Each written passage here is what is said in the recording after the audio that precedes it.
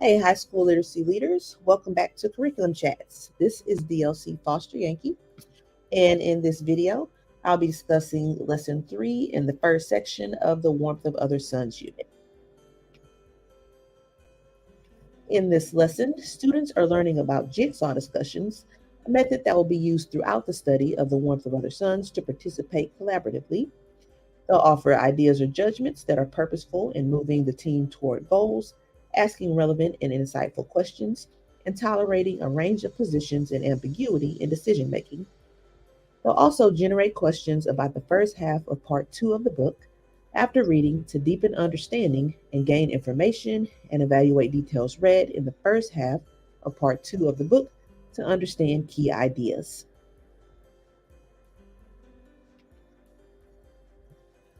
There is one text for this lesson, Isabel Wilkerson's The Warmth of Other Suns.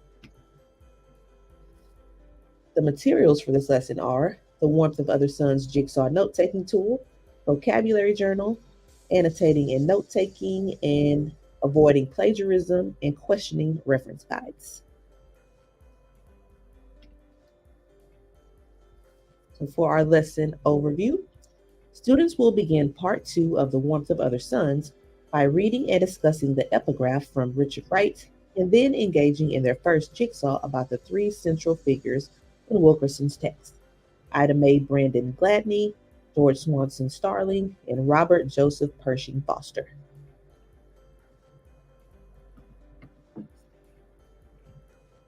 This lesson begins with a teacher explaining to students that through a series of 6 different jigsaws in this unit, they will become experts about the 3 focus figures whose narratives are used prominently by Wilkerson in her text. They have been assigned to their home group, in which they have been designated as either expert A, B, or C. In this jigsaw and every subsequent one in this unit, they will work with other experts with their same letter designation to read and learn about their assigned person. The person they are assigned to work with will rotate for each new jigsaw. For example, if they are expert A, then in this first jigsaw, they will read about Ida, but in the next one, they will read about George, and in the third one, they will read about Robert. In the fourth, they will begin the rotation again. Once they read through the text in their expert groups and respond to the guiding questions on their jigsaw note-taking tool, they will return to their home group in the next lesson to share and teach their group about their assigned focus figure in a jigsaw discussion. Students then take a moment to review the jigsaw note-taking tool individually, and the teacher allows them to ask any questions they have about the jigsaw method or about using this tool. Questions are shared with the whole group to ensure clarity before students begin the first jigsaw. Per the teaching notes, the jigsaw method is an instructional strategy that is effective for reading and analyzing text that can be easily segmented. This cooperative learning strategy allows for multiple parts of the text to be analyzed. It encourages strong speaking, listening, and presenting skills for all students and values each student's contribution as an expert. Finally, by discussing the text multiple times, students benefit from hearing the text analyzed in different ways. Students use the jigsaw strategy throughout this unit to track the lives of the 3 protagonists. Students stay with their expert groups for the entire unit. Prior to this lesson, teachers can decide how they want to group students for their home groups, as well as their expert groups, A, B, and C.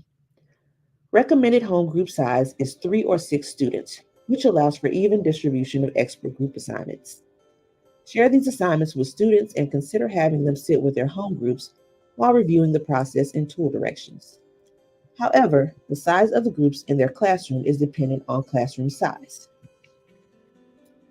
This is the first time that students are using the jigsaw note-taking tool in this unit, so using the information about Ida from part 1 of the text, teachers might model the tool by doing a think aloud as they respond to the guiding questions at the head of each table for Ida. Teachers might consider continuing with George and Robert by having the students work together to generate the content for the tables while they write down their thinking and understanding. As with other note-taking tools that will also be used throughout this unit, it should be considered whether providing students with a Google Doc version of this jigsaw note-taking tool might be a better or more productive option than handwriting on a printed paper document. Another option is to have students simply use their learning logs to track this information. Both of these tools are used to gather evidence and track students' learning in preparation for the section diagnostics as well as the culminating task. Teachers can allow students to share their questions and then clarify directions. They might point out that the assigned reading page numbers are listed on the tool, as are the guiding questions. They might also clarify that they might not find information in every jigsaw for every person for all the guiding questions in the next activity. So a lot of things to take into consideration in setting up this activity for this unit, intentional grouping, and also how will students gather this data, digital version, hard copy, learning log, where they recording their answers, all of which we predetermined.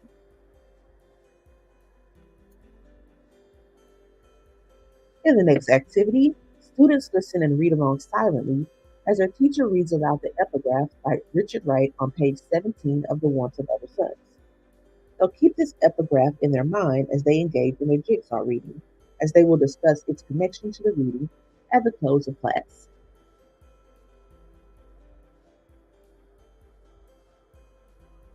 Next, students find the 4 sections on their jigsaw note-taking tool, and with their expert group members, read the pages associated with their person for Jigsaw 1, Part 2.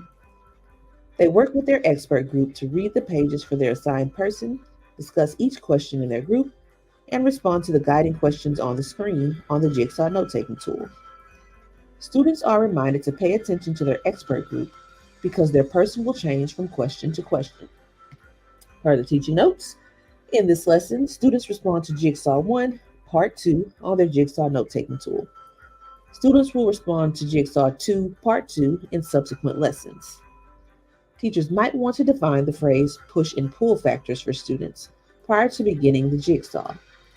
As they circulate to monitor discussions, teachers should encourage students to implement new vocabulary they learn about in their reading, including terms such as push and pull factors, the Great Migration, and impacts.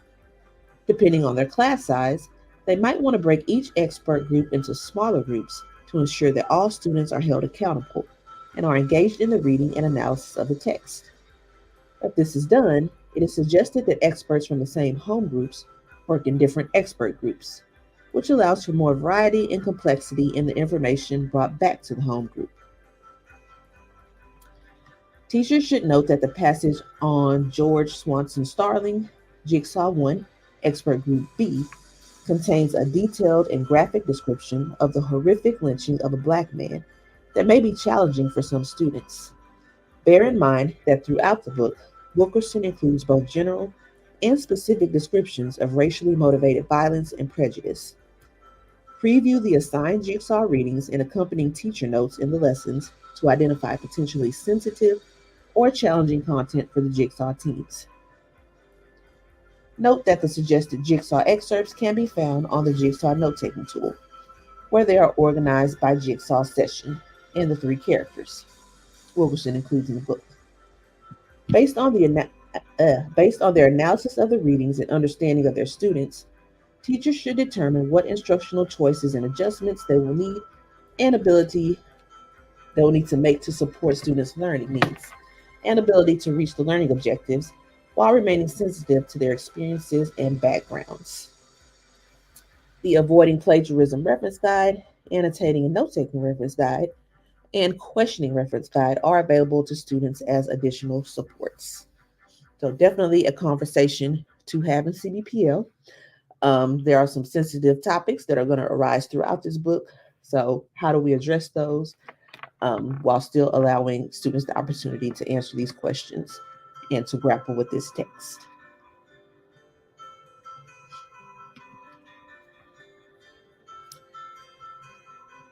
In Activity 3, students finish reading their jigsaw sections, adding responses to the jigsaw note-taking tool, and write new or interesting words they encounter in their vocabulary journal.